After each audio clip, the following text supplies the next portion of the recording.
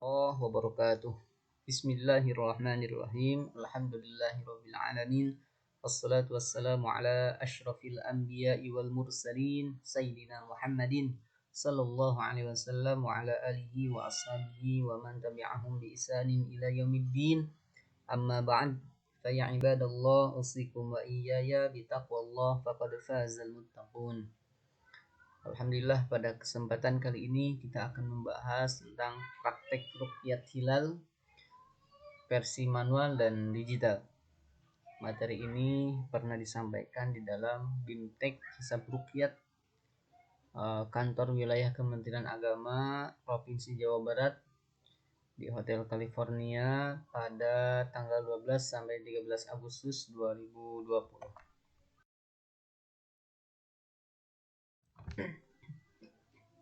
Sebagai pengantar, karena kita akan berbicara tentang perkakas ruqyat hilal kurang lebih ya.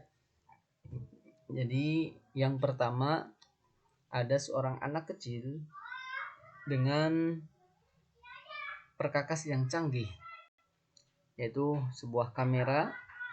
Dan ini bukan hanya kamera digital semata, tapi kamera ya kurang lebih DSLR gitu ya, yang settingannya cukup lengkap. Dengan anak kecil yang kira-kira dia baru kelas 1 SD atau bahkan masih di bawah SD. Kemudian yang kedua, ada yang sudah ahli atau orang dewasa, tetapi perkakas yang digunakan itu adalah bukan kamera digital yang settingannya lengkap, yang harganya luar biasa juga, tetapi ini menggunakan smartphone atau kamera handphone dengan perkakas tambahan berupa tripod. Kemudian orang ini karena dia ahli, maka dia menggunakan handphonenya dengan penuh kehati-hatian dan berdasarkan kepada ilmu pengetahuan. Pertanyaannya, manakah di antara kedua hal tersebut yang dapat menghasilkan hasil yang optimal, yang maksimal, hasil yang bagus, dan senantiasa memenuhi standar keilmuan? Kira-kira yang mana? Apakah yang pertama atau yang kedua? Karena barangkali kita mengenal sebuah adagium yang tidak asing bagi kita, bahwasanya man behind the gun. Seseorang itu berada di belakang senjatanya. Kalau senjatanya bagus, senjatanya canggih, maka bisa dipastikan orang tersebut akan mendapatkan hasil yang maksimal. Tapi kalau senjatanya tidak bagus, maka dia pun pasti hasilnya tidak akan maksimal. Oke, kira-kira yang mana nih ya? Kalau dua kondisi yang berbeda ini dihadapkan kepada kita, kira-kira yang tepat yang mana? Oke, sebuah adagium tadi, man behind the gun. Seseorang itu berada pada senjatanya. Namun tidak kalah penting, ada lagi adagium yang lainnya, atau bisa dibilang baru atau seperti apa begitu ya. Ada yang kedua, the right man behind the gun. Memposisikan orang yang benar pada tempatnya. Dan ini barangkali yang tepat ya. Baik kita orang muslim, tidak hanya alat saja yang tepat, tetapi kita pun juga sama, harus menjadi the right man. menjadi orang yang benar, orang yang tepat. Berdasarkan pengetahuan kita, maka sudah dipastikan orang dengan keilmuannya dia akan bisa memanfaatkan teknologi yang ada walaupun terbatas, akan menghasilkan hasil yang maksimal. Apalagi apabila senjatanya yang diberikan itu adalah senjata yang lebih berkualitas, itu akan menghasilkan hasil yang lebih maksimal. Kalau seandainya the right man ini memegang kamera yang lebih canggih, yang lebih lengkap, maka hasilnya pun akan bagus. Walaupun demikian, kalau hanya ada perkakas seadanya, tetapi itu akan mengarahkan kepada hasil yang maksimal. Oke. Saya kira untuk dua kondisi ini di antara kita tidak ada yang berdebat ya. The right man behind the gun. Pasti kita akan memilih the right man behind the gun. Kita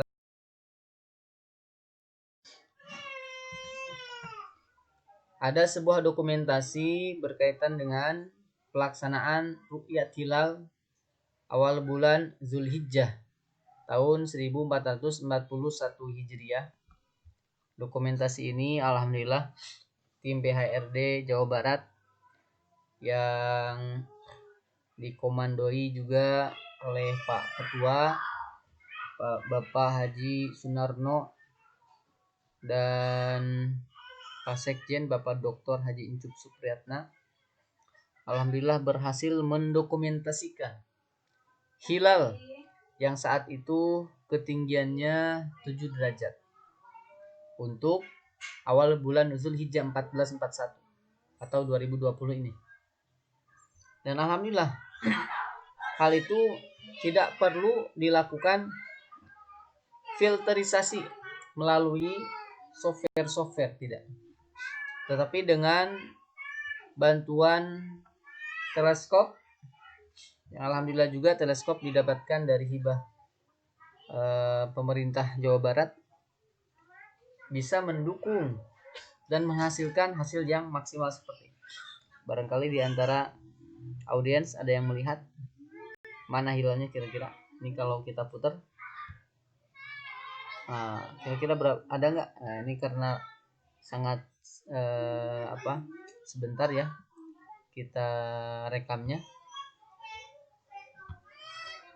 Kira-kira ada nggak? Oke, kalau belum ada akan saya kasih petunjuk. Nah, ini adalah hilalnya ya.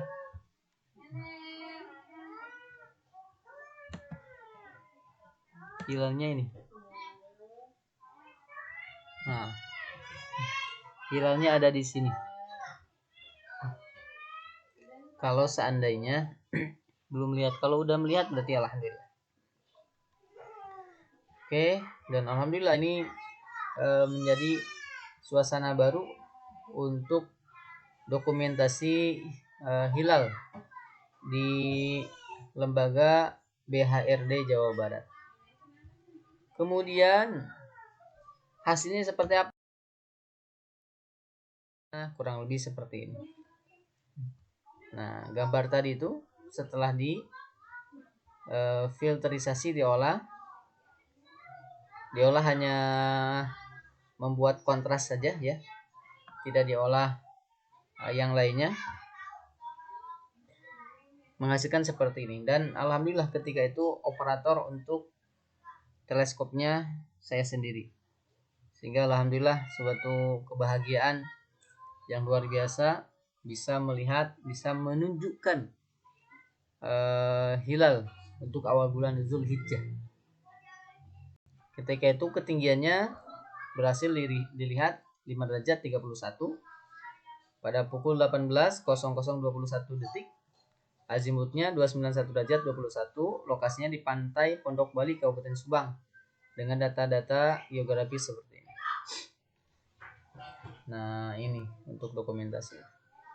Ya, ini hilalnya. Kemudian kita Untuk berikutnya, kalau kita boleh klasifikasikan, maka perkakas ru'yat hilal itu setidaknya bisa dikategorikan dua ya. Ada yang tradisional, ada yang digital. Atau ada yang tradisional, ada yang modern, kurang lebih seperti itu. Ada tradisional, kemudian ada modern. Oke, modern atau digital. Kemudian dari keduanya pun ada yang beda-beda ya. Yang tradisional sudah pasti rata-rata dia menggunakan konsep manual. Yang modern itu ada yang otomatis atau ada yang manual atau semi manual, semi otomatis. Karena ada beberapa perkakas yang nyatanya dia hanya menyediakan satuan derajat saja tanpa bisa menentukan arah secara mandiri, kemudian tanpa bisa memunculkan data-data dengan cara computerized, tidak. Seperti apa? Nah, seperti theodolit misalkan. Theodolit itu perkakas ru'yat yang data ketinggiannya dimasukkan secara sendiri.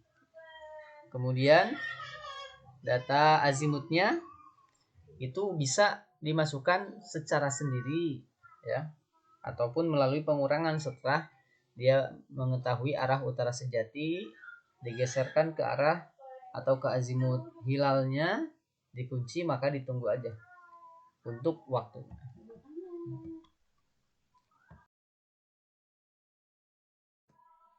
Kemudian yang pertama ini yang saya juga dulu pernah ini berapa kali melakukan hal-hal seperti ini bersama tim ru'yat ketika menempuh jenjang S1 di IAIN Wali Songo Semarang.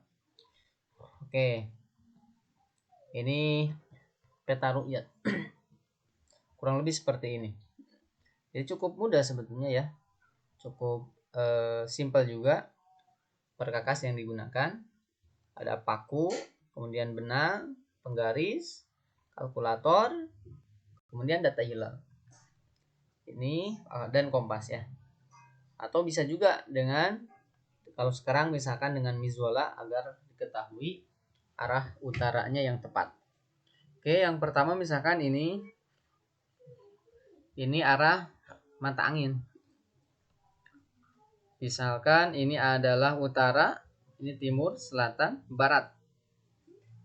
Kemudian garis yang panjang ini biasanya arah ru'yat hilal. Kemana mengarahkan wajah ketika matahari terbenam, maka kesinilah ini arahnya. Karena itu merupakan arah hilal ya. Kemudian tadi yang pertama kompas, 2 penggaris, 3 benang, 4 kalkulator, 5 paku. Itu merupakan perkakas yang biasanya digunakan untuk membuat peta ru'yat. Dan ketika membuat peta ru'yat, biasanya untuk mendapatkan hasil yang lebih rinci itu bisa menggunakan persamaan trigonometri sederhana. Jadi menggunakan persamaan sin, cos, tan. Biasanya digunakan itu adalah tan ya. Ketika sudutnya sudah diketahui dari barat ke utara, misalkan selisihnya azimut hilal, selisihnya berapa, kemudian kita cari di sini umpamakan berapa panjangnya, maka akan diketahui garis miringnya ya. Barangkali lain waktu kita bahas tentang trigonometrinya, insyaallah, mudah-mudahan. Kemudian kalau ketinggian hilalnya gimana caranya? Oh, nanti coba kita lihat ya. Karena ada cara di mana tangan kita atau kepalan tangan kita itu bisa menjadi petunjuk untuk mengetahui ketinggian hilal. Yang berikutnya adalah gawang lokasi. Gawang lokasi, yang ini gawang lokasi ya, kurang lebih.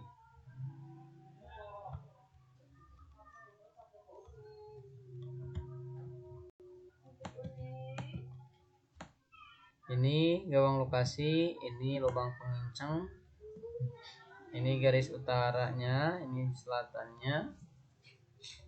Kemudian arah hilal harus berada pada gawang lokasi ini. Tidak boleh ada di sebelah sampingnya atau di luar daripada gawang lokasi ini. Kemudian ini adalah harus mengarah sejajar dengan ufuk ya, yang ininya nih. Bukan dasar ini yang harus sejajar dengan ufuk, bukan, tapi yang ini. Karena di sini ada pengincang. Dimana kita bisa mengetahui itu sudah sejajar atau belum dari sini. Dari lubang ini dilihat yang di sini sudah berhimpit secara jauh gitu ya. Berhimpit dengan pantai. Kalau misalkan pantai, maka ujung pantai ini harus berhimpit dengan apa namanya? Gawang yang ini nih, yang paling bawah. Oke. Nanti lihatnya di mana di sini. Bagaimana terkait dengan panjangnya ini? Nah, panjang ini pun itu ada perhitungannya. Di sini juga bisa menentukan atau bisa menggunakan trigonometri dasar. Tadi sin cos tan. Ketinggiannya seperti apa? Ketinggiannya pun sama ya. Di sini karena jarak ini sampai sini, jarak dari G sampai P itu ada nilai standarnya, sehingga dari pengincang ini ketika sudah sesuai, dia tidak perlu lagi dihitung ketinggiannya sebelah mana misalkan, karena biasanya suka ada tanda-tanda ketinggian 1 derajat di mana, 2 derajat di mana gitu, 3 derajat di mana. Jadi kalau settingan awal sudah tepat, maka ketika dia mengincang tinggal diarahkan aja tingginya sebelah mana. Nah, kurang lebih seperti ini ya. Nah, ini masih baru ya, itu masih terlihat ada masker yang digunakan. Itu tandanya gambar ini masih baru, tahun 2020 pastinya. Datanya kurang lebih seperti ini. Kemudian berikutnya hilal tracker. Nah, ini juga sama ya. Dia ada kompas untuk mengetahui arah utara, kemudian arah selatan dan seterusnya, arah mata angin. Dari sana kita akan mengetahui hilal sebelah mana. Kemudian ada water pass juga di sini untuk mengetahui tingkat kedataran permukaannya. Dibantu juga dengan tripod. Nanti hilalnya harus ada pada area ru'yat yang di sini nih. Tidak boleh ada di luar. Kemudian di sini ada nilai-nilai ketinggian berapa misalkan ya. Maka bisa dilihat jadi arahnya di mana gitu ya. Apakah di sini atau sudah di mana gitu. Itu terdapat di dalamnya ini. Tahu ini misalkan contohnya nih. Kemudian data yang dibutuhkan berikutnya rubuh mujayyab. Nah, rubuh mujayyab ini perkakas yang luar biasa ya. Ini rubuh mujayyab penggunaan seperti ini kurang ideal karena dia tidak menggunakan tiang. Kemudian bagusnya kalau untuk ru'yat harus ada muri yang terpasang. Kemudian ada syakul ya.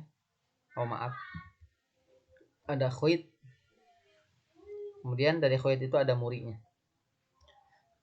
Kemudian dia lihatnya di mana ini? Di hadafatain atau di lubang ini nih.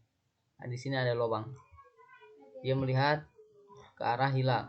Ketinggiannya dihitung dari mana? Nah, di sini tadi ada khoit. Kalau misalkan ini khoit, ini syakul bandul, Kemudian di sini ada muri. Muri memang tidak diperlukan untuk ru'yat hilal ketika menggunakan rubu mujayyab ini. Dari khoit ini nanti akan diketahui misalkan ketinggiannya berapa. Di sini ada kaus ya, kausul irtifa. Kemudian di sini juga ada yang pakai kamera, ini ada yang pakai teleskop, ini juga teleskop. Itu untuk menunjang. Bagusnya seperti apa? Kalau menggunakan rubu. Nah, kalau menggunakan rubu di sini harus ada tiangnya ya. Kemudian ini kalau ini udah hebat ini. Dari Kuningan nih. Jauh banget nih. Neropongnya di mana? Nah, di sini. Sini lubang untuk lihat. Nanti ketinggiannya akan kelihatan. Akan ditunjukkan dari ini. Ini kan ada kausul irtifa ini namanya. Mulai dari sini 1, 2, 3 sampai dengan 85, 90 di sini. Kemudian di sini dicantelkan ya. Tadi khoit itu benang. Kalau misalkan dia berdirinya di sini, maka ketinggiannya 5 misalkan. Kalau digeserin rubuhnya ke arah depan, maka ini benang akan menunjukkan ketinggian berapa.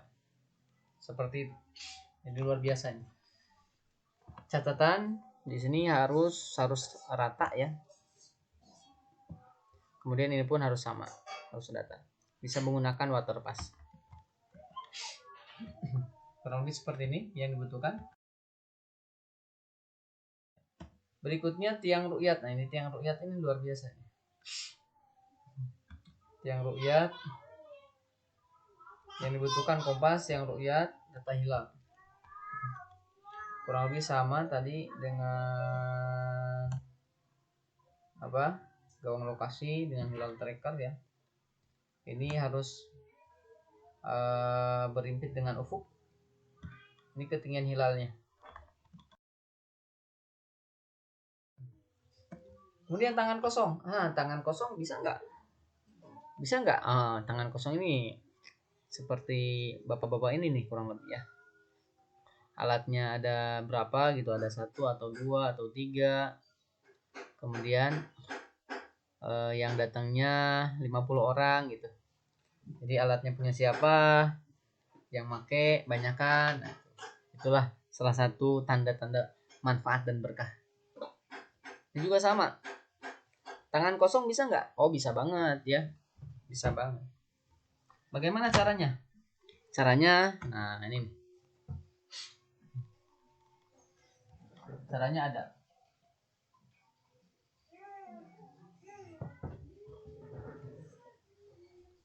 Di dalam ru'yat dengan tangan kosong kita bisa menggunakan kepalan tangan kita. Ya.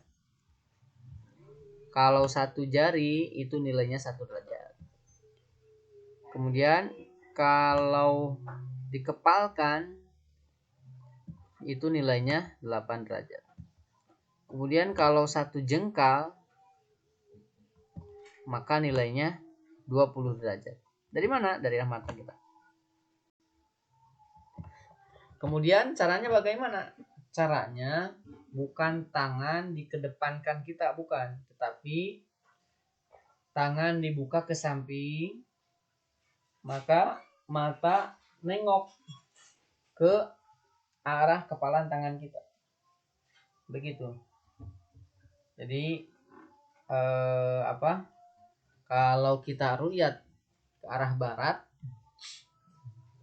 maka wajah kita menghadap selatan, tangan kita arahkan ke barat. Nah, kurang lebih seperti itu. Jadi posisi ru'yatnya kalau dengan kepalan tangan itu arah badan kita bukan ke arah hilal muncul atau bukan ke arah matahari terbenam.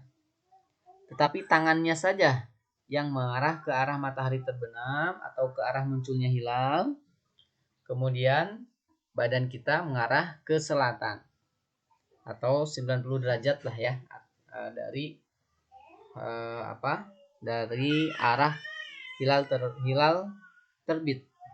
Kemudian kita palingkan wajah kita ke arah kepalan tangan yang sebelah kanan atau sebelah kiri. Maka kalau satu kepal nilainya 8 derajat. Kalau satu jengkal maka nilainya 20. Kemudian kepalan tangan yang sebelah bawah, kalau misalkan mana ini adalah bawah ya, maka ini harus berimpit dengan ufuk. Oke. Nah, itu dengan tangan kosong. Kompas data hilal dengan teodolit.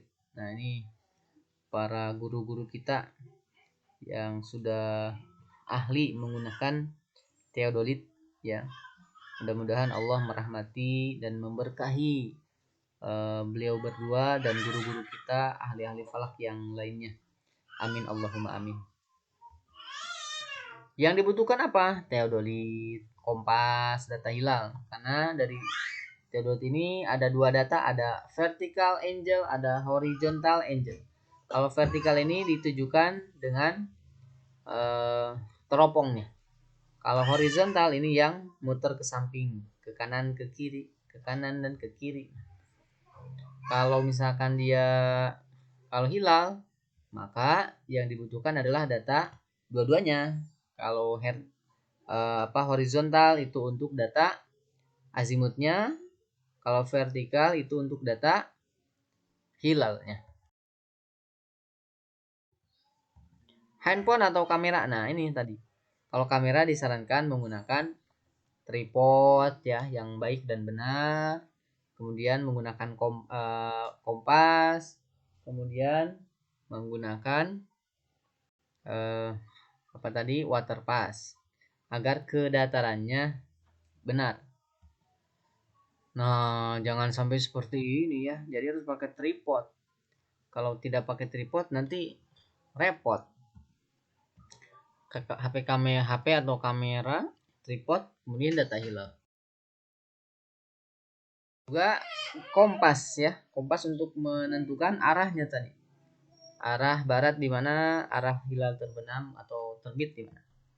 Kemudian berikutnya teleskop. Nah, kalau teleskop memang lebih canggih ya. Kalau teleskop ya ini udah lengkap ini. Ada teleskopnya yang sudah computerized, dilengkapi dengan CCD. Ini CCD-nya baru juga nih. Sama dengan yang punya BHR. Nah, ini juga sama. Teleskop kemarin yang berhasil melihat hilal awal Zulhijjah 1441 Hijriah atau 2020. Ini teleskop, kemudian ini juga CCD-nya, kamera CCD ya, bukan sama. Yang ini dengan kamera CCD ini sama. Satu tipe ini. Sepertinya, tapi yang punya BHR itu ini hitam putih, tapi kalau yang ini kurang tahu. Hitam putih atau berwarna. Oke, kita lanjutkan.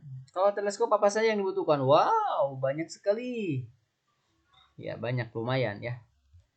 Pertama, seperangkat teleskop ya, dibayar tunai. Kemudian ada kamera, kalau nggak kamera bisa tadi menggunakan CCD kamera. Kalau ini canggih memang. Tipenya tinggi, udah wifi. Kalau tadi tidak. Kemudian hand control, DSLR, kemudian flip mirror erecting ya. Nah ini yang ini. Kemudian teleskopnya yang bagus, maksudnya yang bagus itu yang data-datanya tidak ngaco. Apakah ada yang ngaco? Bisa jadi ada karena sudah lama tidak dikalibrasi, kemudian sistem computerized-nya di sini ada yang bermasalah, maka pasti bermasalah. Kemudian ada adapter dan seterusnya ya, termasuk komputer ya, karena komputer ini termasuk hal yang penting di dalam ruyat hilal. Ketika hilal itu muncul, maka bisa di record di dalam komputer. Sarannya komputer yang seperti apa? Oh, yang bagus. yang RAM-nya besar, harddisknya juga besar.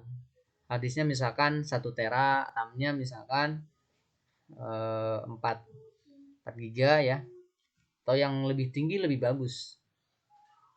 Kemudian ada solar filter, ada kompas, ada waterpass, dan seterusnya. Kemudian tidak cukup di sana, karena kita ini dalam melaksanakan ru'yat hilal itu rata-rata tidak dilakukan oleh sendiri atau bahkan oleh grup saja, tidak.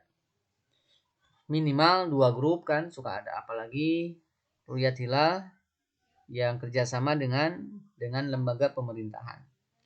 Pasti banyak yang datang, dan tadi dengan tangan kosong. Oleh karena itu bisa kita fasilitasi dengan cara apa? Dengan menambah TV. Disarankan TV. Bagaimana kalau infocus? Infocus bisa, cuman ketika infocus ini dinyalakan, layarnya kemana ya?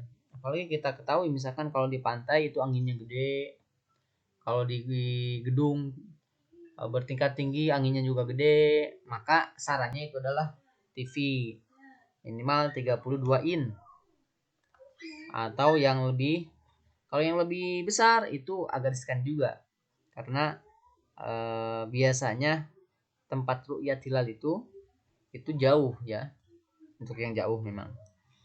Kalau yang dekat apalagi yang tidak mobile gitu ya, yang sudah paten, nah itu bagusnya yang gede memang, yang 42 in misalkan ya.